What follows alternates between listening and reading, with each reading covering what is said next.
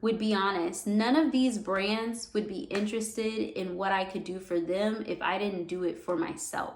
Guys, I'm just gonna tell you now, the sun is coming in, it's going out, it's doing its own thing, so we're just gonna embrace the natural light that is coming through. For you guys who don't know, my name is Chandelier. I'm a licensed esthetician. I help estheticians on their journey of growing, building their businesses, you know, just being boss ass bitches.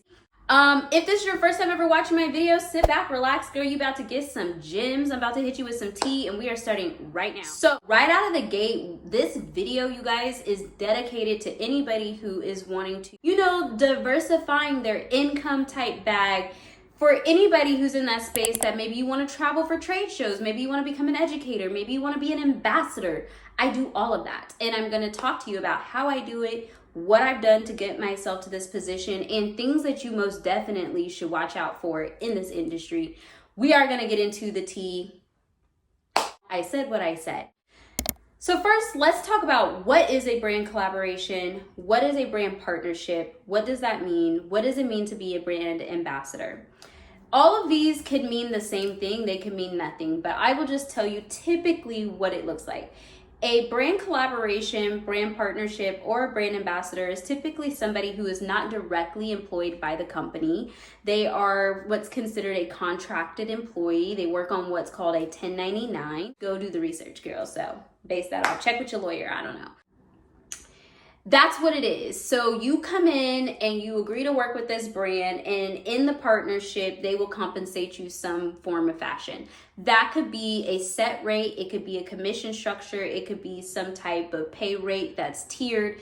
There are so many different ways that you can be compensated, and we'll talk about that as well. But overall, typically you are getting some type of benefit for promoting their brand. It's what is called user-generated content, and the world thrives on user-generated content because it's content that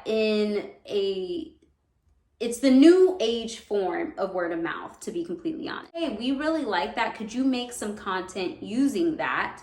And we will compensate you XYZ. We will give your followers or fans a discount, and they can use your code, and then you'll make a kickback commission. That's one type of structure. Could be that you're compensated in product. Another structure could be that you're compensated in visibility. Let's say this brand has a lot of clout. Well, if this brand has a lot of clout and you're somebody who is clout chasing, then you might want to get your brand on that platform. I'm going to talk to you guys about my own personal experience. I'm not talking about anyone else's experience. I'm not here to talk about any companies specifically. I am here to talk to you about my personal experience. So the first thing I thought about when it came to wanting to work as somebody who collaborated with different brands is this something that represents my own free thoughts?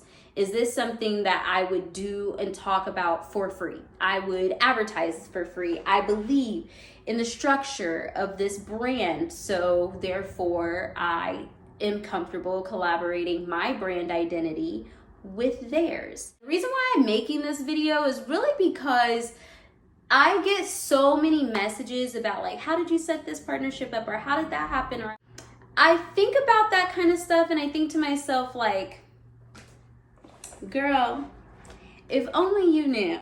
Guys, I got my hair cut into a bowl cut. Is it not the fucking cutest? I actually have it cut into a pixie, but I was wearing it as a swoop over, and I'm just gonna look like what I'm looking like right now, and y'all just don't like it. Ooh. Get a little stretch. It's toasty in here. The sun beaming on my fucking metro beaming. This conversation is not just about the skincare industry. For those who don't know, I used to be a hair influencer. I did that for a couple of years, and I worked with many brands. My very first experience working with brands in exchange for content was as a hair influencer. I started by creating content with wigs. So the very first time a brand reached out to me to work with me, they offered me a free wig, and I was broke as shit. So I was like, yeah, I'll work with you for a free wig, like bitch, since 17. And that is actually what ended up happening. I ended up exchanging a lot of work for pretty much a product, which I later learned that that is a big strategy for brands, that they do try to target people who are new to the industry because they don't know how to ask for their worth yet. And their goal is to get as much UGC, user generated content, for free as they possibly can, or for as little as they can. So if the cost of access, which is the cost of access to you and your followers, is one wig that's $17.99, retail, which probably costs them like $8 to make, they're gonna do it. And so you have to be ready to understand what that negotiation process looks like. I would tell you that if you can, you need to start charging as soon as you possibly can. I don't care if you have 12 followers, like, you should charge at least what you would want to make an hour for your time, and however many hours it's going to take you to make that content. So sometimes people are like, well, I don't have any followers, but I do want to get in this industry. Well, we might want to focus on building up that viewership, and understand this, that I accepted those free products in exchange for content creation because I didn't have that following. And so the cost of entry was less for me and it was less for them. So I was happy to do that in exchange. The minute it became a place where I felt like I deserved more for the level of output that I was giving, that's when I started asking for my worth. And I wouldn't even say I started asking for my worth. That's when I started asking for money. And I just realized that a lot of brands were targeting Black women because that was the trend, that was the fad, and they didn't have any Black creators that they were actually supporting. And I also discovered that Black creators are grossly underpaid compared to other counterparts. We're gonna talk about, how do you know that a brand is a good brand for you to work with? You know a brand is a good brand for you to work with because it aligns with your values, and you look at the goals, the mission, and the effort that the brand is putting in to really accomplish these things in the community, and the viewership that they foster, and the culture that they're fostering. You see it in the demographic makeup of their company. There are just a lot of things that you can look at and do your research on. So the first thing I love to do is look at a LinkedIn profile of any brand that I'm considering working with.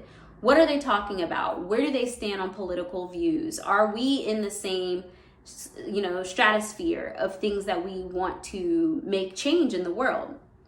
The other thing that I like to look at is the leadership within the company. Is it diverse? Why is it not diverse? What are their goals to get to a place of diversity? Do they champion diversity? Are they looking for that? Or if they're not, what are their stances on these things? So I love to check a LinkedIn profile. I also like to look at Glassdoor. I like to look at anything where I can see reviews on a company. You might even look at their social media. I personally would not go off of someone's social media. They want to bring you in, right? They want your money and I'm not saying brands, I'm just talking about brand collaborations in general, just companies. Companies want your dollars. So they're going to invest in the best packaging that they possibly can to make you a consumer of theirs. How do you get these brand collaborations? So there's a lot of different ways. I like a couple different methods. So the first method is, I'm gonna post about you, I hope you see me. Posting about a brand and constantly putting your name in their ear is such a good strategy. Don't overlook the simplicity of this strategy, because in reality, it can get you really far. I posted that I was receiving their equipment. They saw my content. They were like, damn, she's good. How can we get her on our team? So you kind of also want to think about, what are they going to see when they do come to you? Are they going to see quality content? Like, you have to think about this as your portfolio. The same way that you are trying to get a client is the same way that you should look at earning a brand collaboration or brand partnership or brand ambassadorship. Is like, is this something that I would want them to see me as a business owner? I have a brand that is authentic to myself and it works for me. I cuss a ton. Personal prerogative. If a brand doesn't align with that, then I'm probably not the person for them. And I believe in putting that out there. I don't ever want to work with somebody where it doesn't work for me. I don't want to be someone that I'm not. And so I give exactly who I am. So if you don't want a black girl who's calling everybody bitch, I'm probably not the girl for you. And I know that, but I choose to run my business and my brand identity that way because it works well for me. When you are thinking about getting the attention of brands, posting and creating content about your reviews, your results, your ideas, things that they could do better, always a great idea. Another strategy that works really well is, let's say that there's a brand that you're interested in, but they haven't reached out to you. You've posted about them, you've talked about them, you've tagged them.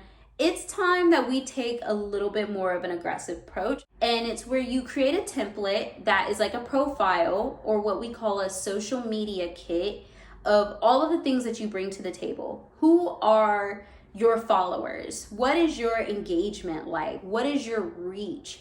What are your analytics? And if the numbers are small like that right now, don't worry about it, because it's still influence.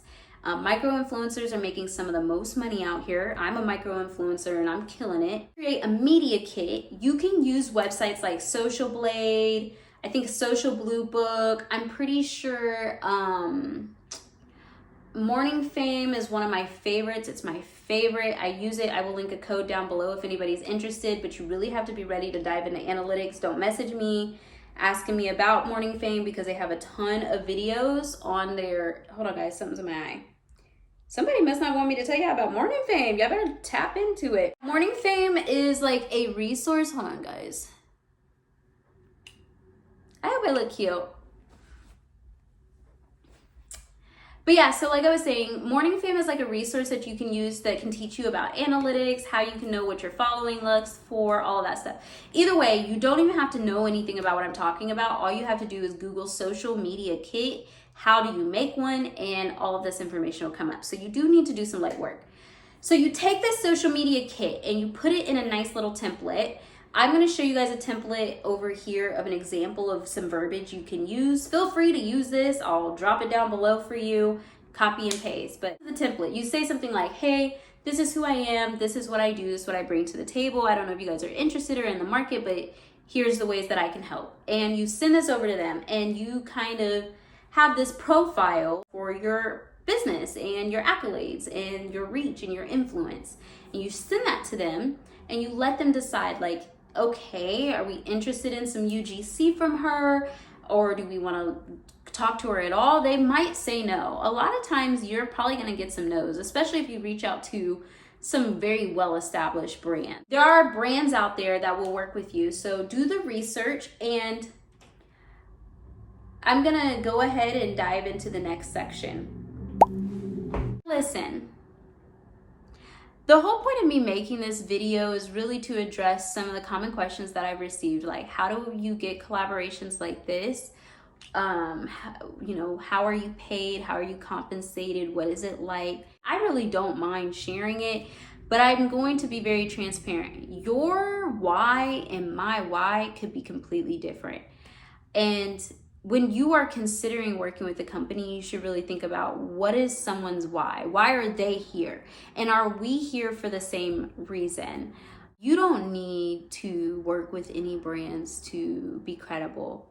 You don't need it to solidify your standing in the industry. You don't need it to make you who you are. It doesn't change anything. The most that ends up happening is that you might receive some more eyes on you. Maybe best case scenario, you get everything that you dreamed and hoped for with this brand, but never lose sight in what you bring to the table. These brands need you, and you are fine in who you are. If you never work or collaborate or do a trade show or a speaking event or education event, if you never do any of that, that does not change the amount of value that you bring to the spaces that you are in, for your clients, for your friends, as a peer. And that is my biggest message to anybody. Yeah. If something's not for you, don't force it. Don't beg for it. Don't pray for it. Don't want it at all costs. Accept things with the flow of life, and more so about your own brand. I would be honest, none of these brands would be interested in what I could do for them if I didn't do it for myself. It can be mutually beneficial, but if you don't have a firm foundation of what you want out of this and where you're going and what do you want to achieve, like, don't just be working with somebody just to say you work with them. Work with them because you believe in it and you feel connected to it. So I hope this video is very beneficial. If you like this video, please give it a thumbs up. If you have more questions, drop them in the comment, because I am not changing my commitment to you guys. My goal is to literally forever and always give you as much real ass shit about this industry as I possibly can. Now, since I've grown so much, we are at 6,800 something subscribers, which is like, I remember just wanting to work with these companies and these brands, and my biggest regret in that is not being 100% sure of what I wanted out of that and what I was giving. And yeah, so yeah. This is a chat. This is a little kiki. I hope it was a good video for you guys. I hope it's helpful in some form or fashion. I make these videos when they're on my heart. Maybe even if it's my past self, hey girl, hey. Or my future self, hey girl, hey. You're doing it. And so are you, okay? Anywho's, check out the rest of my videos. You don't have to go anywhere. Catch up. I have an entire playlist right here. Check out the links down below. Some of the videos that I mentioned, Morning Fame, the resources, they're all down below for you. Make it really easy for you to grow and do your damn thing. And I want to see you all winning out here. So drop a comment. Let me know, what city are you messaging me from? I love to hear where people are at. Because I am global at this point. I have people who watch me in London, people who watch me in the Philippines, people who watch me in Jamaica. Like, it's really crazy. So, all right. Bye, guys.